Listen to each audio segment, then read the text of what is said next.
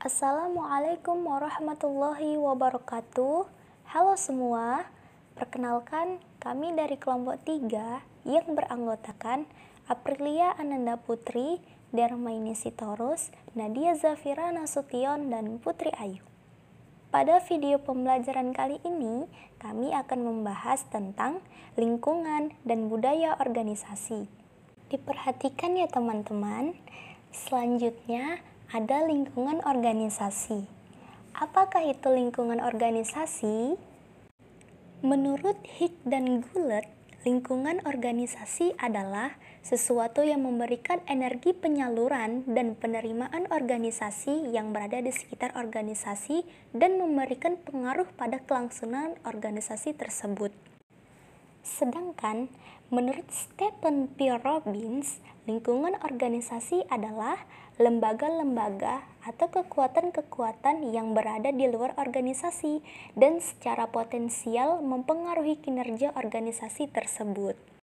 Maka dapat kita ambil kesimpulan bahwa lingkungan organisasi adalah segala aktivitas atau komponen yang mempengaruhi input, output, eksistensi, pendapatan, dan keberlangsungan organisasi, baik pengaruh dari dalam organisasi ataupun pengaruh dari luar organisasi. Selanjutnya, macam-macam lingkungan organisasi. Lingkungan organisasi terbagi menjadi dua, yaitu lingkungan eksternal dan lingkungan internal. Lingkungan eksternal terbagi menjadi dua lagi, yaitu lingkungan eksternal mikro dan lingkungan eksternal makro. Lingkungan eksternal. Apakah itu lingkungan eksternal? Lingkungan eksternal adalah lingkungan yang berada di luar organisasi yang meliputi variabel-variabel di luar organisasi yang dapat berupa tekanan umum dan tren di dalam lingkungan sosial yang terbagi dalam variabel peluang dan ancaman. Lingkungan eksternal terbagi menjadi dua, yaitu yang pertama, lingkungan eksternal mikro. Lingkungan eksternal mikro adalah unsur yang berpengaruh langsung terhadap kegiatan organisasi seperti pesaing, pelanggan, pasar tenaga kerja, lembaga keuangan, dan pemasok. Yang kedua, ada lingkungan eksternal makro. Lingkungan eksternal makro adalah kondisi eksternal luas yang berpengaruh secara tidak langsung terhadap kinerja organisasi, seperti kondisi ekonomi, kondisi politik dan hukum, kondisi sosial budaya, kondisi demografi, teknologi, dan globalisasi. Selanjutnya, lingkungan internal. Lingkungan internal adalah tempat manajer bekerja yang mencakup budaya perusahaan, teknologi produksi, struktur organisasi, dan fasilitas fisik lingkungan internal. Contoh dari lingkungan internal adalah pekerja atau karyawan, dewan komisaris, pemegang saham, dan pengaruh lingkungan dan budaya suatu organisasi. Poin selanjutnya adalah budaya organisasi. Apakah itu budaya organisasi? Menurut Rival dan Mulyadi, budaya organisasi adalah suatu kerangka kerja yang menjadi pedoman tingkah laku sehari-hari dan membuat keputusan untuk karyawan dan mengarahkan tindakan mereka untuk mencapai suatu tujuan organisasi. Sedangkan menurut Julian Tarty, budaya organisasi adalah berkaitan dengan nilai yang dianut oleh setiap anggota organisasi. Maka dapat kita ambil kesimpulan bahwa budaya organisasi adalah suatu karakteristik yang terdapat pada suatu organisasi dan dijadikan sebagai tuntunan organisasi atau perusahaan, sehingga mampu membedakannya dengan organisasi yang lain. Budaya organisasi bisa berupa suatu norma dan nilai-nilai perilaku yang dapat dipahami serta diterima oleh anggota organisasi. Di dalam penerapannya, budaya organisasi memiliki beberapa fungsi. Di antaranya, pertama, meningkatkan adanya rasa kepemilikan dan loyalitas setiap karyawan di dalam perusahaan. Yang kedua, digunakan sebagai alat untuk bisa mengorganisasikan setiap anggota. Yang ketiga, meningkatkan kekuatan nilai suatu organisasi. Dan yang keempat, dijadikan sebagai mekanisme dalam mengontrol perilaku di dalam lingkungan pekerjaan. Yang kelima, mendorong seluruh struktur anggota untuk bisa meningkatkan performa kerja, baik itu dalam jangka pendek ataupun jangka panjang. Dan yang terakhir, dijadikan sebagai alat untuk menentukan arah mana yang bisa dilakukan dan tidak bisa untuk dilakukan. Adapun ciri-ciri budaya organisasi, yaitu inovasi dan pengambilan resiko, yaitu sejauh mana karyawan didukung untuk menjadi inovatif dan mengambil resiko dalam setiap pekerjaan yang dilakukannya. Selanjutnya, perhatian terhadap detail, yaitu sejauh mana karyawan diharapkan menunjukkan kecermatan, analisis, dan perhatian terhadap detail. Selanjutnya, orientasi hasil, yaitu sejauh mana manajemen memfokuskan pada hasil bukannya pada teknik dan proses yang digunakan untuk mencapai hal tersebut. Selanjutnya ada orientasi orang, yaitu sejauh mana keputusan manajemen untuk memperhitungkan efek pada orang-orang di dalam organisasi tersebut.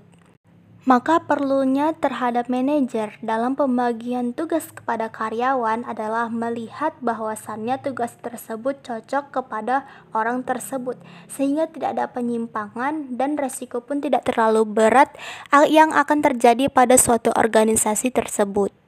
Selanjutnya orientasi tim, yaitu sejauh mana kegiatan kerja diorganisasikan sekitar tim, bukannya individu. Karena dilakukan secara tim, maka pekerjaan tersebut akan tepat waktu dan dapat diselesaikan dengan cepat. Selanjutnya keagresifan, berkaitan dengan agresivitas karyawan. Dan yang terakhir, kemantapan organisasi yang menekankan pada dipertahankannya budaya organisasi tersebut. Selanjutnya, ada jenis atau tipe budaya organisasi. Yang pertama ada open and participatory culture. Jenis ini ditandai dengan adanya pencapaian tujuan hasil yang tinggi dan didukung dengan adanya rasa saling percaya pada bawahan, sifat komunikasi yang terbuka, kepemimpinan yang suportif dan perhatian penuh, menyelesaikan masalah bersama, otonomi pekerja dan berbagai seluruh informasi yang ada. Dan yang kedua, closed and autocratic culture. Karakteristik jenis ini adalah adanya pencapaian tujuan pada hasil yang tinggi, tetapi pencapaian ini akan lebih dinyatakan dan dipaksakan di dalam organisasi dengan sifat kepemimpinan autokrasi yang kuat. Adapun contoh budaya organisasi seperti administrasi. Budaya administrasi seperti dalam hal surat menyurat, masuk dan keluarnya barang, pendapatan gaji karyawan, dan hal lainnya demi memperlancar performa perusahaan. Selanjutnya ada kedisiplinan. Kedisiplinan seperti dalam hal ketetapan dalam menyelesaikan pesanan, budaya ramah kepada para pembeli, dan tidak telat datang ke kantor. Selanjutnya ada pembagian wewenang yang jelas. Tanpa adanya pembagian wewenang yang jelas di dalam perusahaan, maka performa setiap anggotanya tidak akan maksimal karena mereka akan merasa kebingungan. Selanjutnya adanya inovasi. Inovasi merupakan budaya yang mampu memotivasi setiap anggotanya untuk mampu melahirkan atau mengembangkan berbagai ide yang kreatif dan inovatif demi kesuksesan organisasi tersebut. Dari beberapa contoh budaya organisasi tadi, hal itu merupakan suatu proses bagaimana suatu organisasi dapat mencapai tujuannya, yaitu memuaskan pelanggan, sehingga pendapatan suatu organisasi dapat meningkat. Selanjutnya ada karakteristik budaya organisasi. Yang pertama ada innovation and risk-taking atau inovasi dan pengambilan risiko. Yang kedua ada attention to detail atau perhatian yang lebih. Yang ketiga ada outcome orientation atau orientasi dalam hal manfaat. Yang keempat ada people orientation, yaitu orientasi pada anggota. Yang kelima ada team orientation atau orientasi pada tim. Yang keenam, aggressiveness atau agresivitas. Dan yang terakhir, stability atau stabilitas. Selanjutnya ada dimensi budaya organisasi. Riset mengemukakan bahwa ada 7 dimensi yang secara keseluruhannya menangkap hakikat budaya organisasi. Apa itu? Yang pertama ada inovasi dan pengambilan risiko, yaitu kadar seberapa karyawan didorong untuk inovatif dan mengambil risiko. Yang kedua ada perhatian pada detail, yaitu kadar seberapa karyawan diharapkan mampu menunjukkan ketepatan, analisis, dan perhatian pada detail. Yang ketiga ada orientasi hasil, yaitu kadar seberapa manajer berfokus pada hasil atau keluaran bukannya pada cara mencapai hasil itu. Yang keempat ada orientasi orang, yaitu kadar seberapa keputusan manajemen turut mempengaruhi orang-orang yang ada dalam organisasi. Yang kelima ada orientasi tim, yaitu kadar seberapa pekerjaan disusun berdasar tim bukannya perorangan. Yang keenam ada keagresifan, yaitu kadar seberapa karyawan agresif dan bersaing daripada bekerja sama. Dan yang terakhir ada stabilitas, yaitu kadar seberapa keputusan dan tindakan organisasi menekankan usaha untuk mempertahankan status. Sekarang masuk ke cara karyawan mempelajari budaya perusahaan. Caranya ada 3. Yang pertama ada ceritera, bagaimana sejarah pasang surut perusahaan dan bagaimana perusahaan mengatasi kemelut dalam situasi tak menentu merupakan kisah yang dapat mendorong dan memotivasi karyawan untuk bekerja keras jika mereka mau memahaminya. Yang kedua ada simbol-simbol material. Simbol-simbol seperti pakaian, seragam, ruang kantor, dan lain-lain. Atribut fisik yang dapat diamati merupakan unsur penting budaya organisasi yang harus diperhatikan sebab dengan simbol-simbol itulah identifikasi bagaimana nilai, keyakinan, dan norma menjadi milik bersama dan dipatuhi anggota organisasi. Dan yang terakhir ada bahasa. Untuk dapat diterima di suatu lingkungan dan menjadi bagian dari lingkungan, salah satu syaratnya adalah memahami bahasa yang berlaku di lingkungan itu. Dengan demikian menjadi jelas bahwa bahasa merupakan unsur penting dalam budaya perusahaan. Di sini kami memberikan satu contoh kasus lingkungan dan budaya organisasi. Budaya organisasi bisa berupa kedisiplinan, misalnya dalam hal ketetapan menyelesaikan order yang diminta, budaya ramah kepada customer, tidak telat datang ke kantor, dan masih banyak lagi. Jadi, apa yang akan kita lakukan jika ada seseorang atau saat melihat seseorang tidak memiliki kedisiplinan? Apa itu disiplin kerja dan apa tujuan dari disiplin kerja di perusahaan? Berikut penyelesaiannya.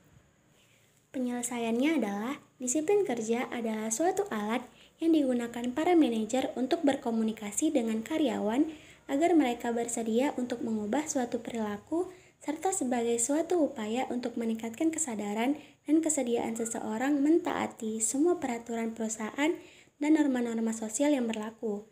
Aturan disiplin kerja juga membuat tujuan atau target yang ingin dicapai oleh perusahaan, seperti yang pertama ada menghilangkan pekerja yang tidak produktif. Tujuan disiplin kerja membantu perusahaan atau manajemen untuk mengidentifikasi perilaku beracun di tempat kerja, seperti bagi mereka yang selalu melanggar kedisiplinan kantor. Perusahaan berhak untuk memecat setelah melalui beberapa surat peringatan tentunya. Yang kedua ada meningkatkan kinerja karyawan. Tentu segala peraturan yang mengikat terikat kedisiplinan yang diatur oleh manajemen bertujuan untuk meningkatkan kinerja sehingga karyawan lebih termotivasi lagi untuk bekerja. Selain perusahaan juga harus memperhatikan kesejahteraan karyawan juga. Dan yang terakhir, membenarkan tindakan HRD. Sebagaimana kita tahu bahwa HRD memiliki peran agar kedisiplinan bisa terus dipatuhi oleh seluruh karyawan. Oleh sebab itu, bagi karyawan yang sering melanggar aturan, maka sudah menjadi kewajiban bagi HRD untuk menilai, menegur, dan mungkin memberi sanksi, sehingga aturan disiplin kerja ini jelas diketahui oleh semua stakeholder. Nah, itu pembahasan dari kami tentang lingkungan dan budaya organisasi. Semoga bermanfaat bagi kalian semua. Terima kasih yang sudah mendengarkan, dan kami mohon maaf apabila ada salah penyebutan dan kata. Saya tutup dengan wassalamualaikum warahmatullahi wabarakatuh. Selamat siang semuanya. Bye.